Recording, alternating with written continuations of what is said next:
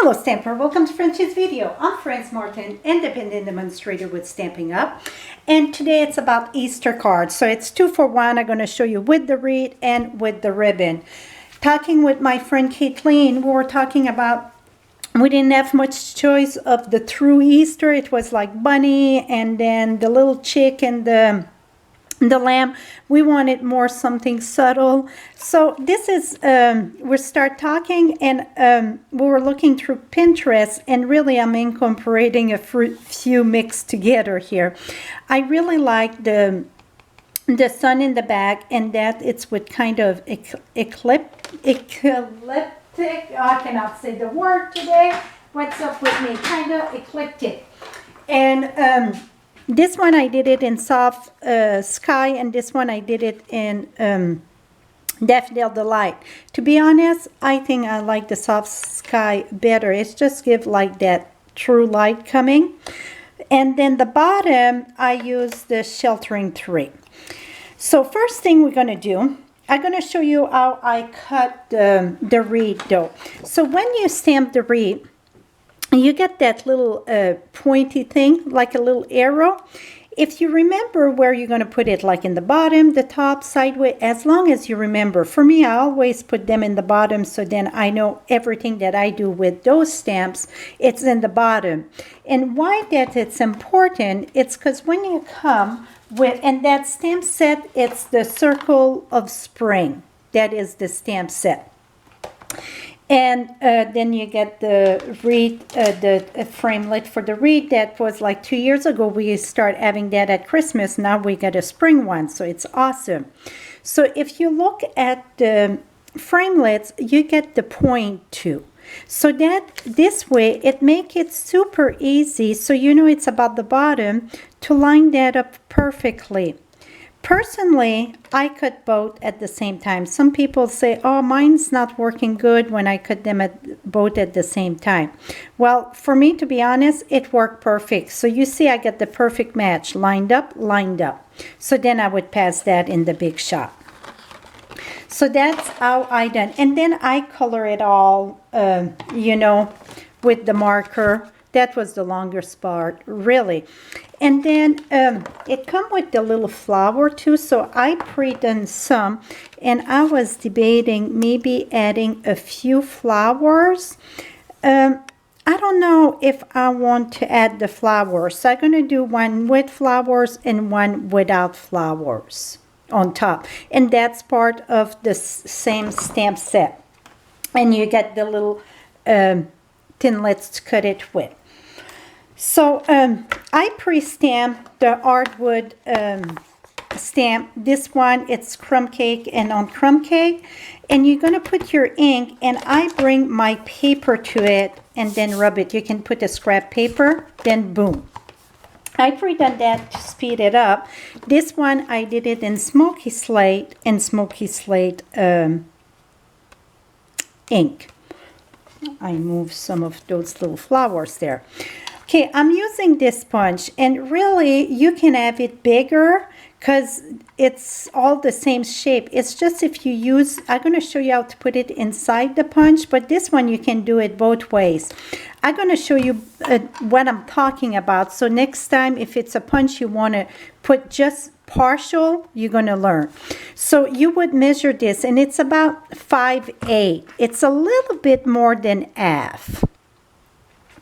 So I'm going to cut this right there, and we're going to cut 2 of them. And I find that, oops, here we go. I find that about 4.5 for my cross.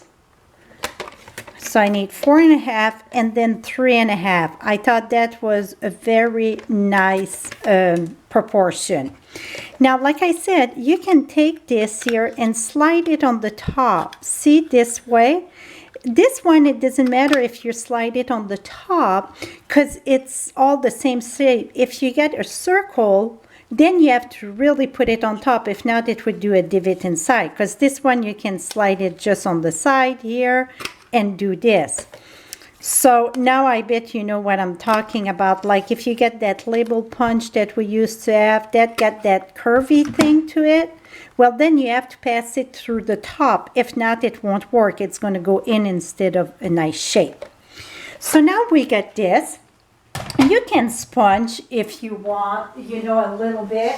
I'm looking, I forgot an important thing here. So you can sponge a little bit if you want. It's not a must, but it makes it even more wood. One of it I sponged, the other one I didn't sponge. So it's whatever that pleases you. So we're going to sponge this one just a little bit. And it's the same thing for the one with the scarf, I call it, or the one with the wreath. We start all the same way. Now I put this, and this here, I'm going to put that right here. So it's 3.5. So it's about 1.25. Oh, you cannot see it. Let me move this. Here we go. So it's about 1.75 the center. So if I put this here, right in the center of the two, oops, and then I want 1, 2, 1, 2 on each side.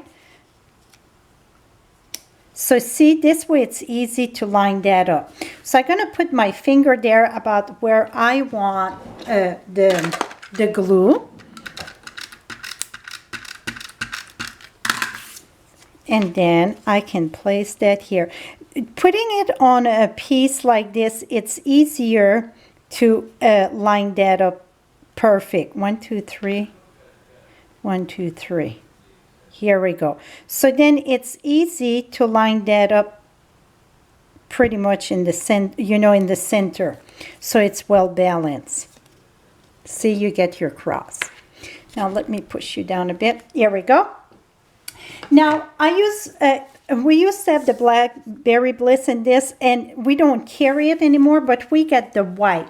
And what I done with that, so you still can get the Blackberry Bliss. What you would do, I just going to show you a bit of it because I want to do this one in white. But, oh, get inky finger. I take my ink pad where it's rounded and see, you would do both sides of them and you get your Blackberry Bliss ribbon. See how simple that is? Now, like I said, I want to do this one in the white. But before we glue this, I'm going to show you how I did the wreath. So I would take the wreath here, pass it in the back there, and like this. So then I would put dimensional on the cross and a few on the wreath, and then boom, you just glue it. Now for the center, I used a little Happy Easter. Let me show you how I did that small. I use a piece of scrap white that I know I get a few here. I stamped that one I stamped it with, that was with Wisteria Wonder. I don't have that in front of me, so I'm going to use Blackberry Bliss. Stamp that right there. Poof, my fingers slide on that. It's like chalkboard. Ooh, I don't like that. And I cut that like this. A little bit more small. You really want small, so cut, cut. See, I do my cut in the center first, so then it's easy. Maybe that's a bit too long there. Cut in the center and come back on each side. That make your banner easy. Then I use my bone folder, top, and then I went in a bit and turn it. And voila, I get my little banner to put inside. So that's how this one was done. We're gonna, before we finish the other one with the scarf, we're gonna do one. So I'm gonna show you how I stamp the whole thing. So let me take the kind of eclectic, and that's the sun. And like I said, personally, I think I like the soft sky better. I'm not determined yet. So we're going to use this. Put that right here. And now we're going to use the stamp set and the sheltering tree. And we're going to use that with Pure Pizzazz. I call this the ground there. So I'm going to stamp one, lift again, stamp another one, stamp off, and come back here. So as long as I get a little bit of a hill there, that's what I'm going to call it. So where is my... Okay, now we're going to take our ribbon, and I bet you're going to say, how long? Well, how long do I want this? Let me see. About. And remember, I say about because it depends. Okay, this should be long enough. So let me cut this here. And it is about 9-inch. So now what I'm going to do is take a glue dot in the center of my ribbon. So let me reach for a glue dot. Well, I get this. This won't work. It's empty. Well, that's funny. Well, I know I get glue dots here. Here we go. So I'm going to put the glue dot in the center of my ribbon. Whoops, for some reason it just don't want to go on. Here we go. I'm going to put that right here. And then in the back, I'm going to use, and then you're going to twist this and bring it in the back here.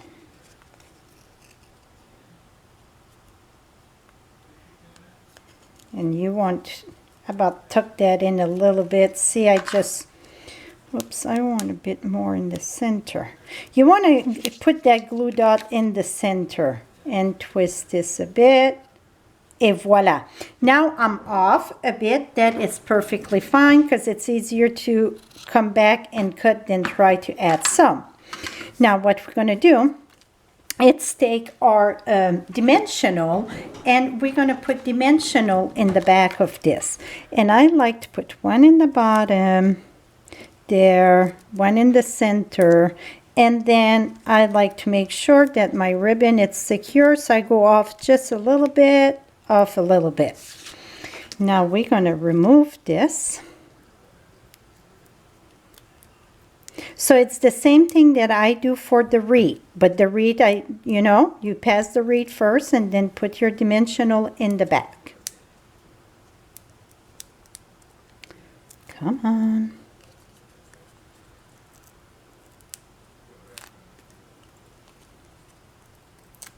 Okay, now we're going to take this, put this right here. And now what I done, I ran out of black candy dots. So if you ran out of black candy dots and you need it, well, take a Sharpie and you can color another color of candy dot. We need 3 of them. That's the nail. Let's say that's our nails. What I done, it's, oops. Take this, gonna put that right there. Usually I try to let my candy dot dry though. Nail there, because I get some on my finger there. Oops. And one right there. So that is, oh, and then I use my little Happy Easter, and that's from the Tiny Wishes. That's where the little Happy Easter came from. It's from the Tiny Wishes. One of, not the oldest stamp set, but it's way older. See, it's in the old container. Now if you order it, you're going to have the new container, but I had it for a long time. So now this would be ready to be mounted. See how pretty this is? So again, this one here, it's the same thing, just use the wreath instead.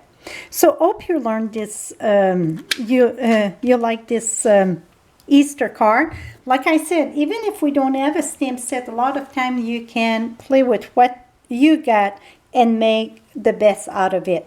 So thank you so much. And for all your Stampin' Up! Product, visit my blog at FrenchieStamps.com.